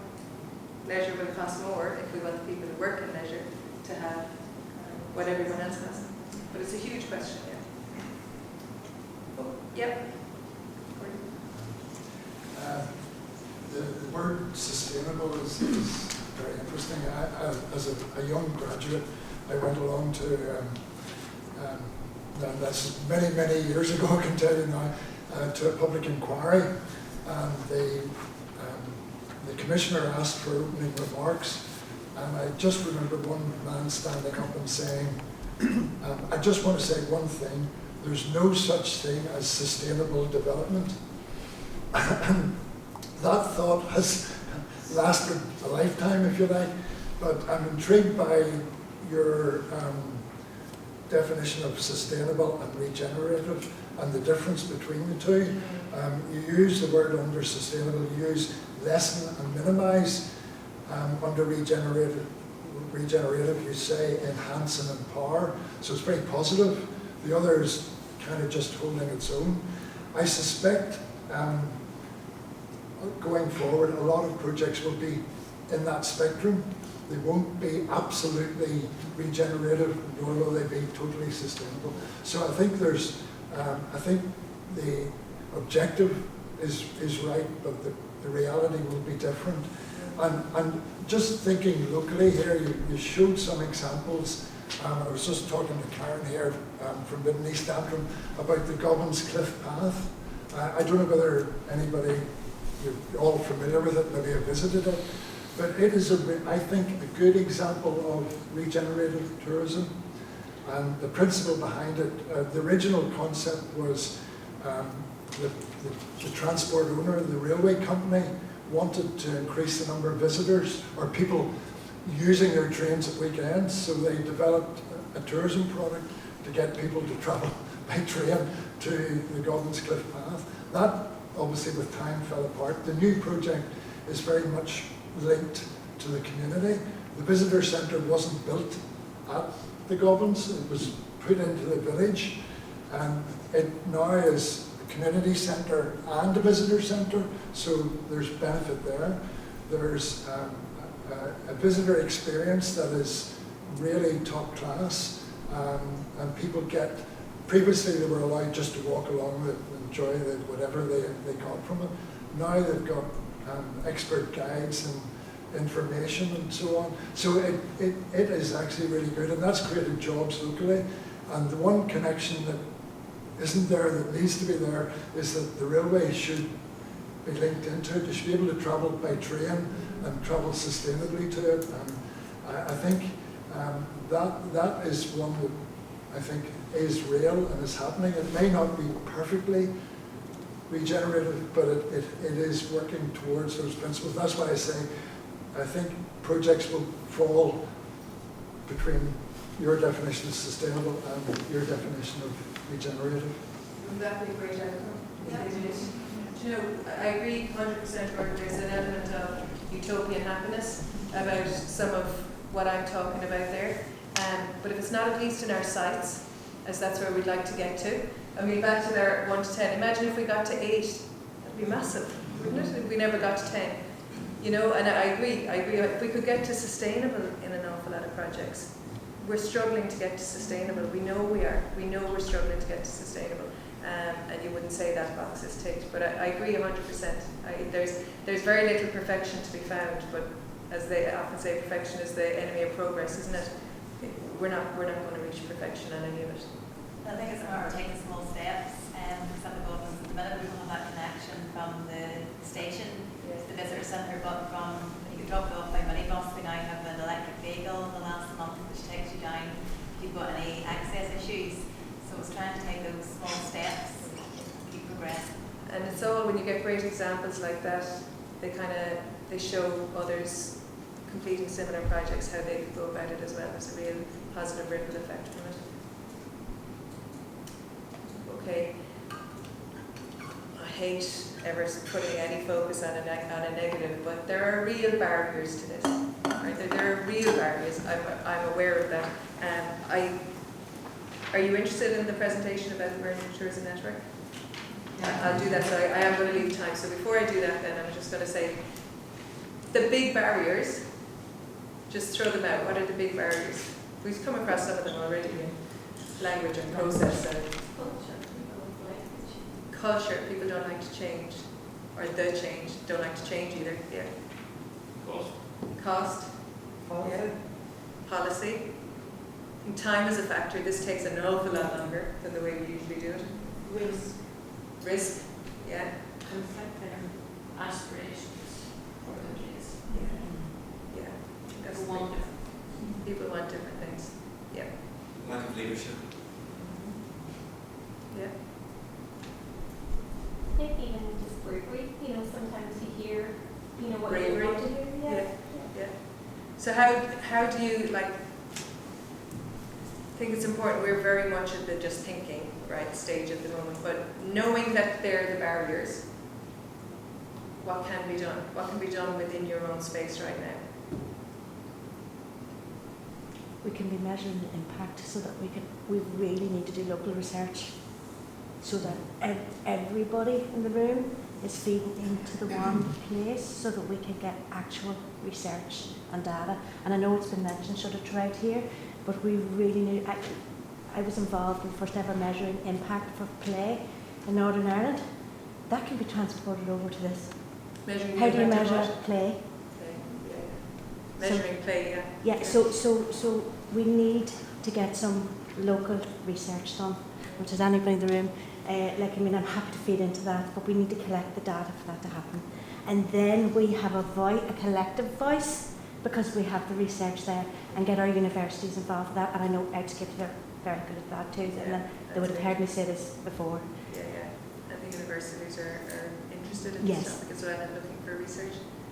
As a business, starting this journey, I think for us, I suppose it's kind of policy, our local council support and actually backing when we've come up against some of those problems where people don't want other people having access to this area or whatever.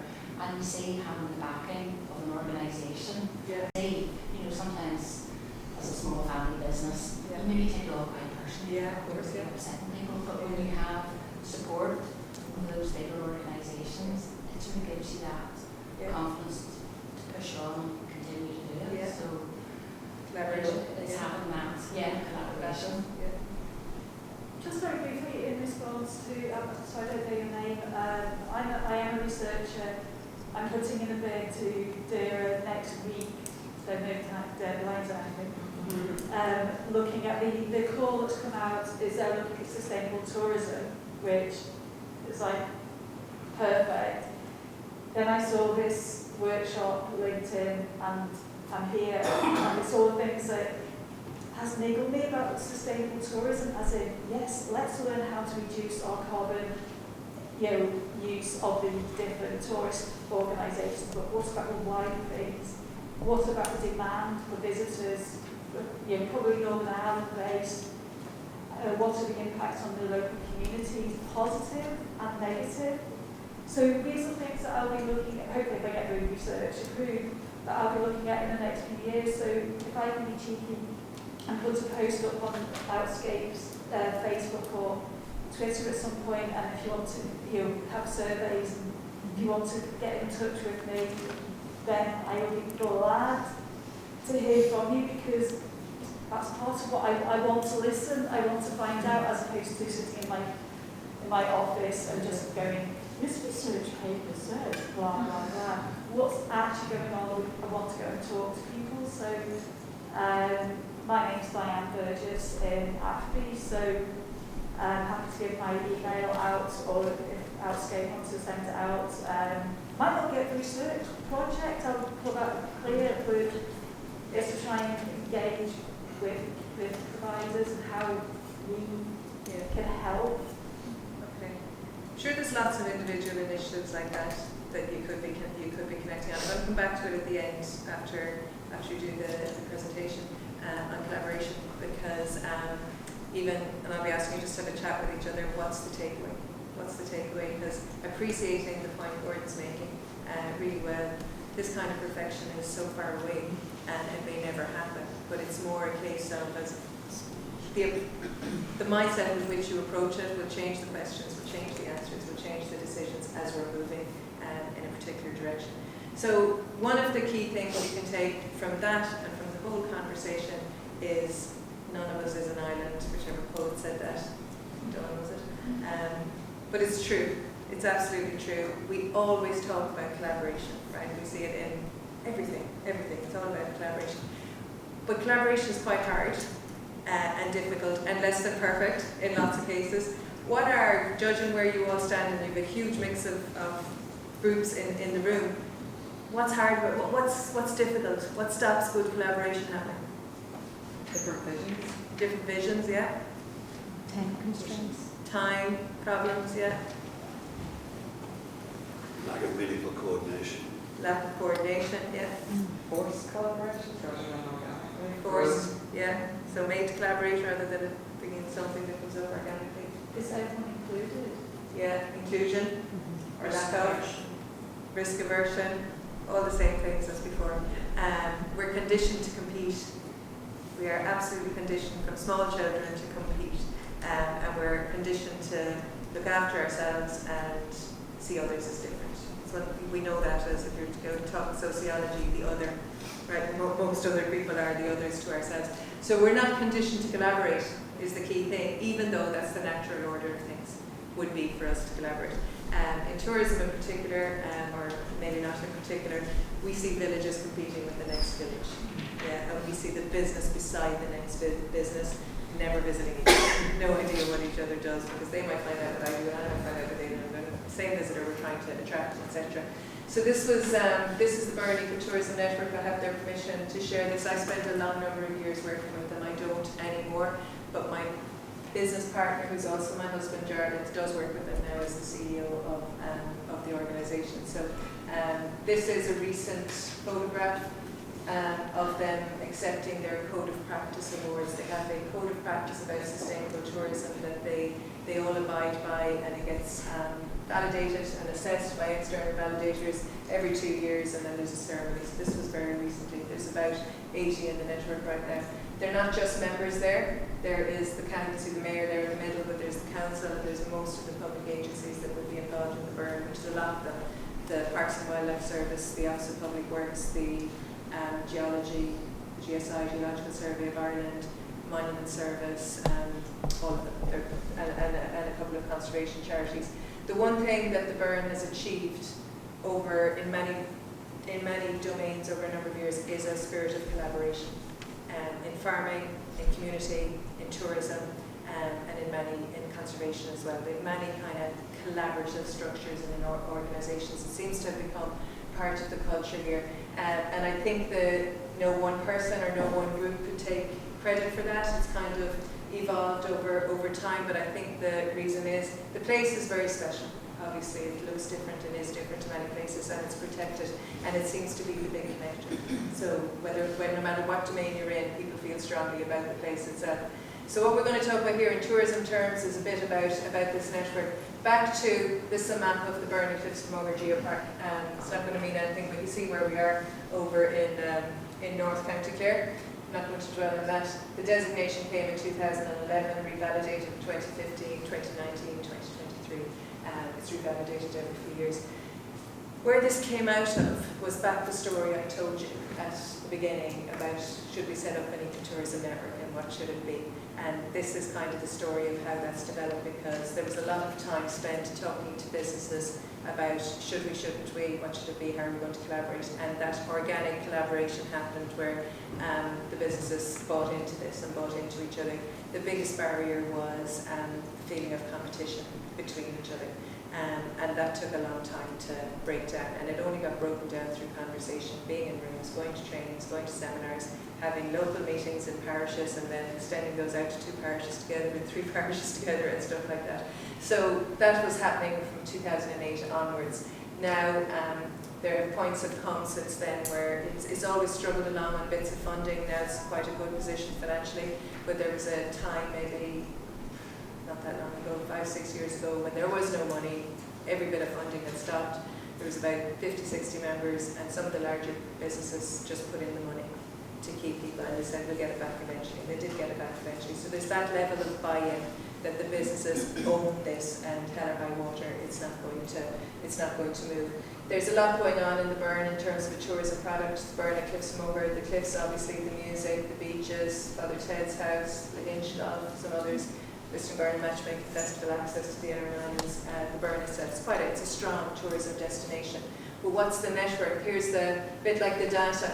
Everyone was talking quite waffly about ecotourism until somebody sat down and said, well, this is how many business employees and rural towns and villages are in that. And the reason that was important is the groups and communities were talking about this, but that was not the language councils or public agencies were using, or councillors or politicians. So this was like more the kind of thing people could work with. So there's been a great effort to understand the different languages, and when you're in a particular place, speak the appropriate language. So this was, it's interesting, it took an awful long time for anyone to do that.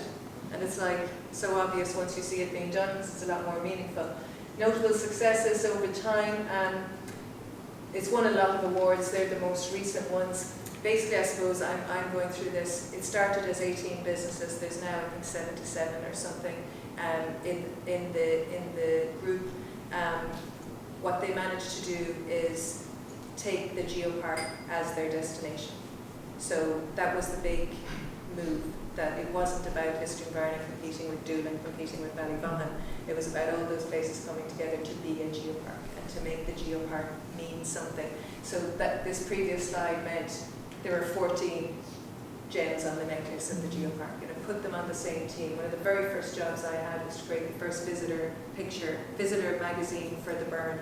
And bizarrely, there had never been one. This was in 2013. There had never ever been one. And any picture, if you looked at it, that you saw at the Burn, never had people in it. It had flowers and dolmens and cliffs and sea, never a person. And when I went to the equivalent of Meet the Buyer on behalf of all these groups at that time, person after person I sat in front of, all involved in tourism, I'd say, I represent 40 businesses in the Burn. That was my line. And they were like, I can't tell you the things they were just what? You know, they really like, what? Do you know, one person said, is there even 40 people in the Burn? And I didn't realise that. Someone else said, oh yeah, we pass through there in every tour. We pass through in every tour. They're going from Galway to Kerry, and they see the Burn. And I'm like, yeah, we see that, and they don't see it. Someone else said, we pass, and we don't know, are we allowed to get out and step on it? Right? And then I remember going back to the businesses going, lads, because everyone in the Burn goes, we're world famous, world renowned, most special landscape. I was going, lads, nobody thinks that except yourselves. Nobody thinks that that's the case. They don't even think there's people here. How would they send visitors here? You know, so this was the thing. So one of our first things was we needed pictures of the Burn with people in them. Smiley, happy people doing nice things. They had never existed. But the other thing about the Burn magazine was, and here's collaboration, right? We had a directory the first time out. So if you were a member, you paid a small fee, you got involved in stuff, we did a directory. That meant you all got a photo this size, you all got 50 words, you all fill in the template, give me your phone number, email address, contact person, and we put out what would possibly be, like many places do, the most boring brochure you ever saw, that no visitor could ever plan a holiday around. But they kept all of us happy that we were all equally represented, and there's a directory. There's a directory of everything to do in the Burn. It never sold anything, and the first 3 or 4 pages were all about how good we were at wastewater and energy management, right? That's what we were telling you, because we were an eco-tourism network, right? And everyone's going, so, but visitors, zero interest. If ever there was a publication to put you off going to the Burn, this is what we were creating. So we got this one, and it was, again, this realization to get into the mind of the visitor. What did they want for sustainability? They didn't care about the waste bins. So interesting if you wanted to, but that was not the first page of our brochure, which it was that they cared about the stories of the place. So the stories became the thing.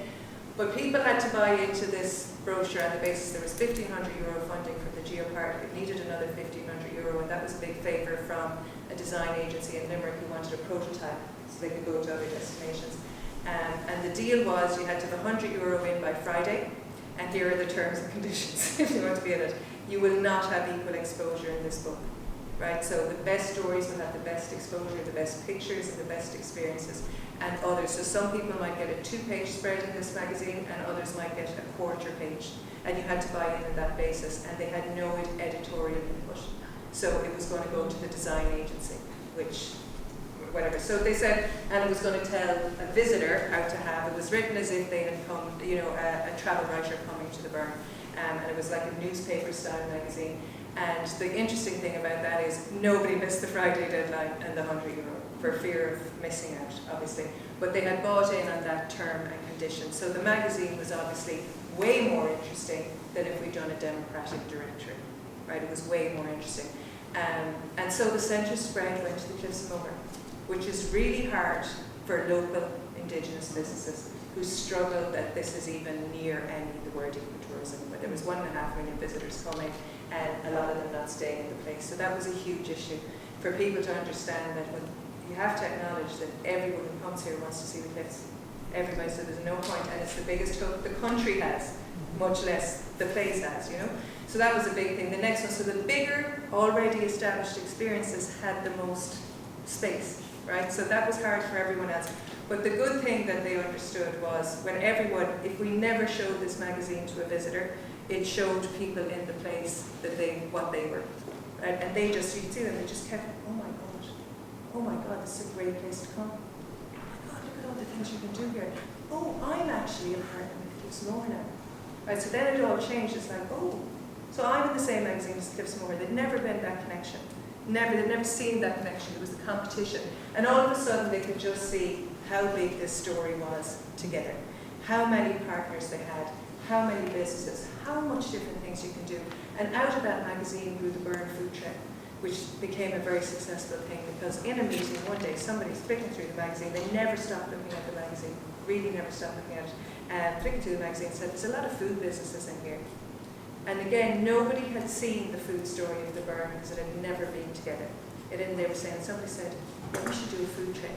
And it was just so easy to do it because they were all in the same group. And so there was a few things like that that became about the collective thing. It meant that everyone was happy to have that newspaper brochure in there. They started to be happy to recommend each other. Right? And then we did a lot of things about collaboration. But the biggest thing was the mindset, and a few tangible things changed the mindset. Now, many years on, they're a very sophisticated network. And initially, they paid €50 each to be involved. That they decided this. It was first subsidised fully by the Geopark and the council. They paid, I don't know, was it 50 or 100? I can't remember. That lasted for about a year and a half. There were only 18 businesses at the time.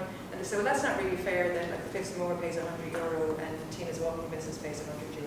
So they started to stagger it then based on the number of employees. And I think now the minimum might be €350 and it might go up. Cliffs pays several thousand, but I would say a large business might pay 1,000. So that there's some kind of staggering in between. That gives them a budget, and that gives them match funding to apply for other funding, which is essential. They've gotten very good at getting funding. They've developed the skill within it, but really because they have a track record, they've gotten very good at measuring. They never do anything without a baseline, so that they can then come back and say, here's the change. So they've gotten very good at understanding that nobody's going to do us any favours.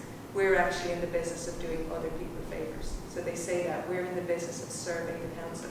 We're in the business of serving Fáilte Ireland. We're in the business of serving the National Parks and Wildlife, because they realise that none of those bodies can give them money unless it's serving an objective written into a policy of those bodies. So it took a long time for them to understand that. Most times when I go around the country to places, someone will say in the first 10 minutes, tourism and I have never done anything for us. No, we're forgotten. We're forgotten. Nobody, Fáilte Ireland never did a thing here. They're great over in Kerry, they do nothing over here. Right? And the Burn was saying the same. It's exactly the same thing. They've never done anything here. And somebody said one day, well, as long as you keep saying that, they'll never do anything for you either. Why would any of them come into a room to listen to this? Why would they do that? So what's their incentive to come in? What can you do for them? And that's a really big thing they've understood, is what can they do for other places. So they have a really good governance structure. They have a board of directors, a constitution. They have 5 subgroups: conservation, advocacy, food trade became a group, marketing, networking and referrals, and finance. They started with just three: conservation, marketing and networking and referrals.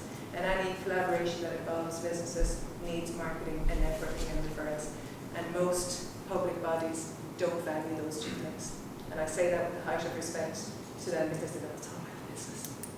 Yeah, it's all about them making money. Yeah. One of the biggest barriers to collaboration in reality is that publicly funded agencies feel, I'm doing this for the business, they're getting non-profit. They say that, I'm doing this for you, and they don't show up. Have you ever heard yourself say that? I'm doing this for you, it's your business. Yeah, but they don't show up. Whereas they're thinking, I'm showing up so that you can tick your boxes. They're saying the opposite, you can tick your boxes. Some policy I've never even heard or read of, and you need to run an event, and I'm showing up for you in case I need to ask you for something. Right? And they're the kinds of things that happen around collaboration. So I would say if you're trying to get groups to collaborate, you have to acknowledge marketing, networking and referrals are really important. Conservation and advocacy, there's a lot of events and activities they do where the businesses get to contribute to the conservation of the Burn. It started with it being a requirement. It has now become a benefit of membership, that there are organised conservation things that you can send your staff to, or you can get involved in yourself. So it is a requirement of the group to do it, but as I say, they tend to see it now as a benefit. There's a lot of training put on. Finance became a committee because obviously to manage funding they need finance. I think governance and finance for any groups trying to collaborate are huge challenges. People need to be trained on how to do that, and there's an expectation that they can just do that. It's even really hard just to set up a group bank account, as in it's hard to do it, but it's the bureaucracy or the technicality of that is really hard. People don't know how to set up a finance committee, or that you need a chair, a secretary, and 2 treasurers. You know, the kind of training for that would be really good. Ongoing management, there's now a CEO, that position is in place maybe 4 years, and that's possible because eventually the council, now they supported it all the way up along, so I'm not saying eventually, but they've seen their way to a pot of money every year that's available. And they have their membership fees, so they have a bit of certainty around money, and that helps them leverage other funds. So it's not 25,000, I think, from Clare County Council that they apply for, that other networks can apply for as well. So it's a substantial amount of money, but it's equally not an enormous amount of money, but it allows certainty on some of the positions. That CEO then is able to find 3 professional services contracts through other types of public funding that's available or through the fees and manage it. The problem before the CEO is you couldn't get, you'd no one applying for the funding, you'd no one reporting back on the funding, and you'd no one managing the implementation. So that one role opens up an awful lot else. Somebody actively recruiting and retaining members. The Geopark Code of Practice is run by the Geopark itself. It's a standard for membership. We'll talk about that. And the destination marketing strategy throughout has remained the burning principle for UNESCO Global Geopark.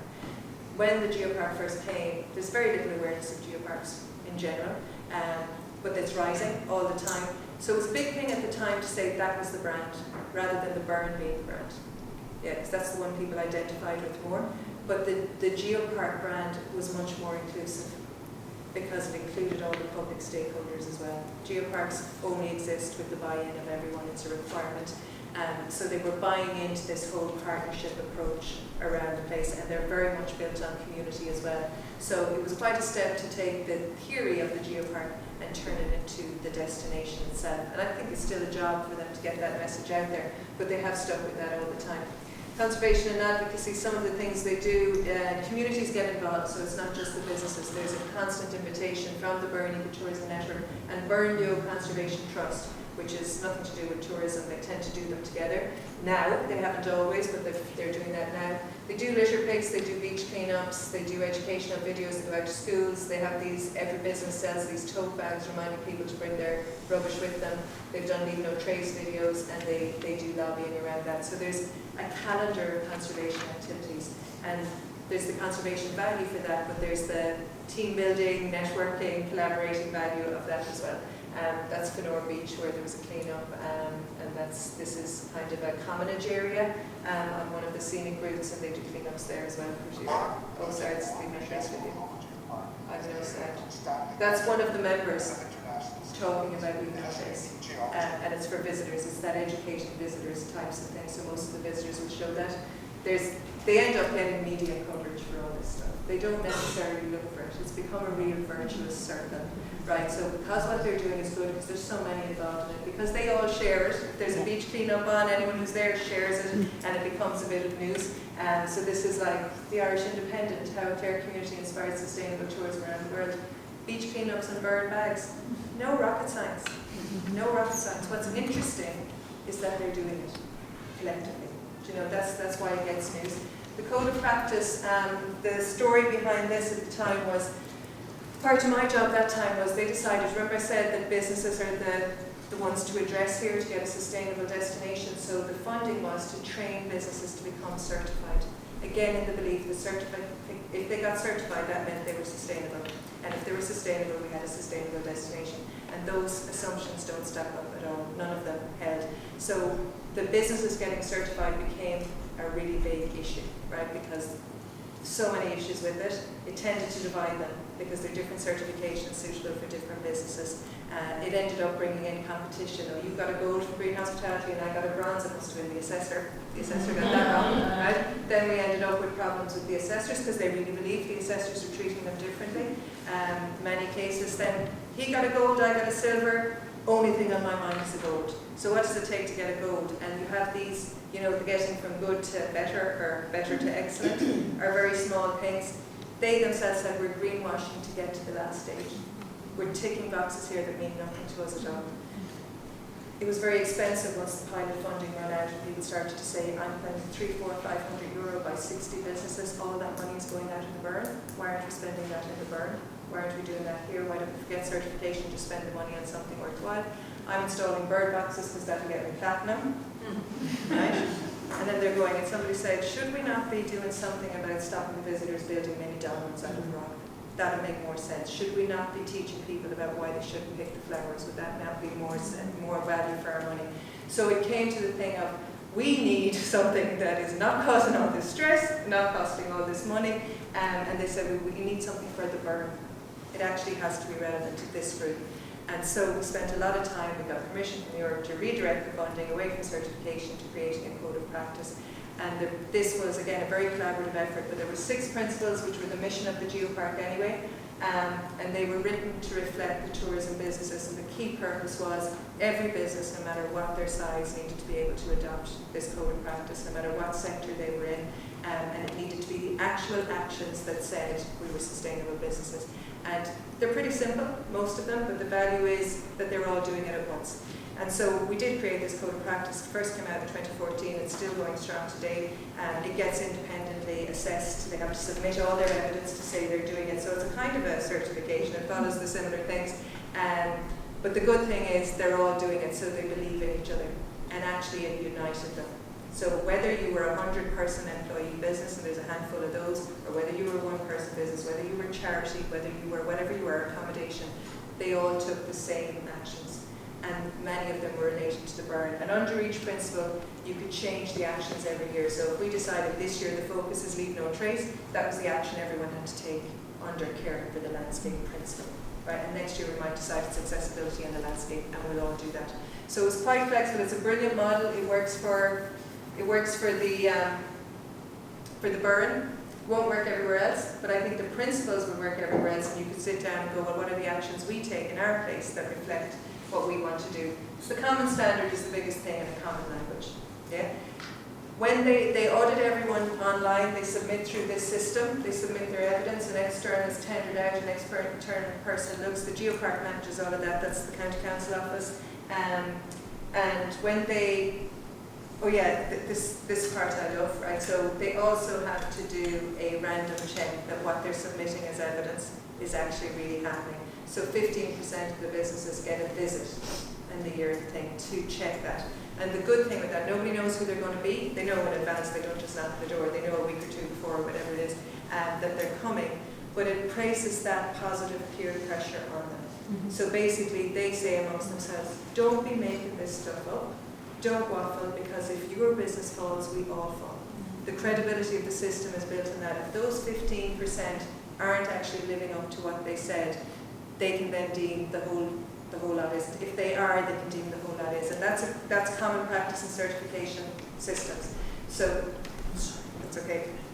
So, and I'm sorry, I'm not finished. But anyway, this is it. The benefits are social, environmental, and economic. The economic benefits have been huge. That's why I believe so strongly that if you're looking after the place in the community, the economy will follow. And it always will follow because of the authenticity and the quality of the product that's there. So, I'm conscious of the time now. They have a food trail, it works really well. You'll find all the businesses talking about it. You'll find the Best in Travel Community Award from Lonely Planet came in 2021 for community, but they might as well have named it World's Top Destination, because of Lonely Planet's credibility that went with that, and they were able to do it. There's been loads of those kind of awards. They've then been able to leverage funding for marketing, because so it's tangible, because they can bring the whole group to it. Member videos, all member businesses utilising social media, they're good at hashtagging, they now have funds for sponsoring, and they give it to the agencies. Yeah, they give it to the agencies, and they give them all the stats and all the data, so that they're then able to justify anything they're doing. These are burn cards, so if you're in the network, they'll create this card for you, you'll get a member video. It's really tangible economic benefit for a business individually, but these are between 10 and 15% discount. So if you pick up one in one business, you then go to the next one with your 10%. They hang on to that, so they know who's been referring them. They write on it who's in. They know, they start to see what their natural itineraries with each other are. These things happen organically, I would say, rather than strategically when people are working together. That's their website, burn.ie. It started, the first one was on a budget of €700. It's now a multi-thousand-euro website that gets updated 2 or 3 years, because so many people see the benefit of it. Big reach on social media. These are the videos the network creates, and you can see they're getting like over 120,000 views. They're now able to do them traditionally. So they're tracking all their stats Tourism NI came on a learning journey to the Burren, so that was, I'm sure, good for Tourism NI. Really good for them because of recognition. Yeah? Recognition, where they start to feel people are interested in what we're doing, and it keeps the momentum going. It's really, really strong. Every group needs to be recognised. Every group needs to be recognised. They need to win an award. They need to get €500 of a grant. They need something that tells them what they're doing is valued. They get to go as a group internationally now, and they're able to run things like Burn Wellness Month. So that's just the wellness members. So that might be out of the 70, that might be 12 of them. The food might be 20 of the members. There's an activity event, there's the agriculture event. So they all are able to come together just around different things like that. And a lot of them win awards and get press coverage. But the good thing about them now is that when somebody wins awards, they all share it as if they won it themselves. Right? So it's a collect, it's a destination story. That wouldn't have been the case in 2011. Look at them over there, you know, Doolin won an award, so Ballymonaghan is annoyed about it. Now it's the other way around.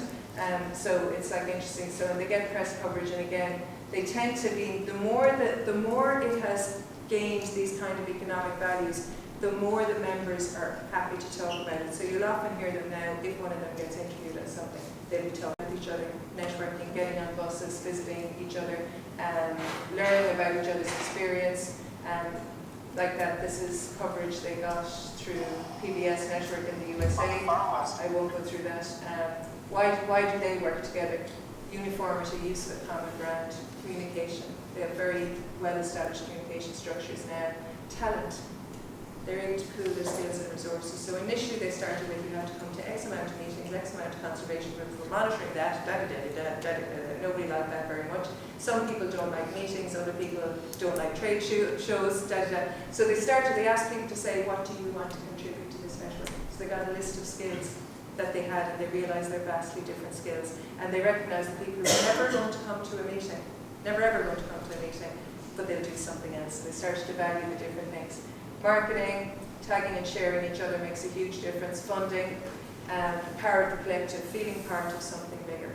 And we, back when we had funding, we spent thousands and thousands and thousands on training. And in every survey about what do you value about the network, nobody ever said training. Never ever said training. It's not that even though they valued it, they said, why did you mention, oh yeah, the training, yeah, of course. But what they value the most is being connected to each other and not being on their own and feeling their voice in their area, that it's not all just going beyond them.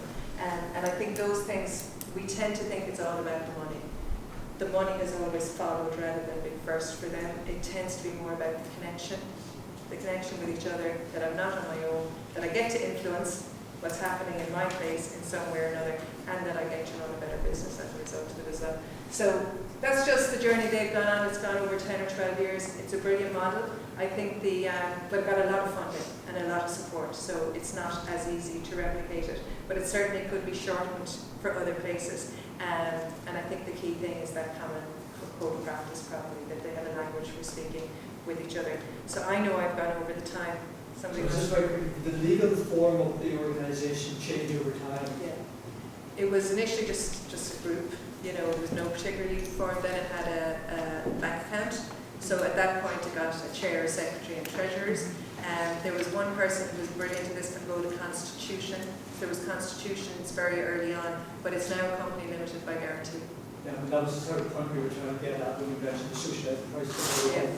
As a business, how do you work with other businesses, and how do you know the right legal model to get together? I went to New York about 20 years ago, and the tourist board there stopped doing the promotion bit. They just left that to the businesses. But what they had was a whole set of templates and contracts, and letters of understanding. And they had all the different forms that you could just pick up and sort of shortcut all that, and sort of worrying about the. Yeah, you could roadmap that for groups who were starting off, definitely, and template it, because it is hard to figure it out. So I know I've gone over time. I'm sure Ethan and Caroline actually want to finish this off. So I am going to say thank you very much for your participation. I hope it was useful. I'd love to hear what your takeaways are. I said I'd come back to them, but we've run out of time on that probably. But I don't know, maybe you're capturing them in some way, Ethan. But I'll say thank you for now, and I'll hand back to Outscape.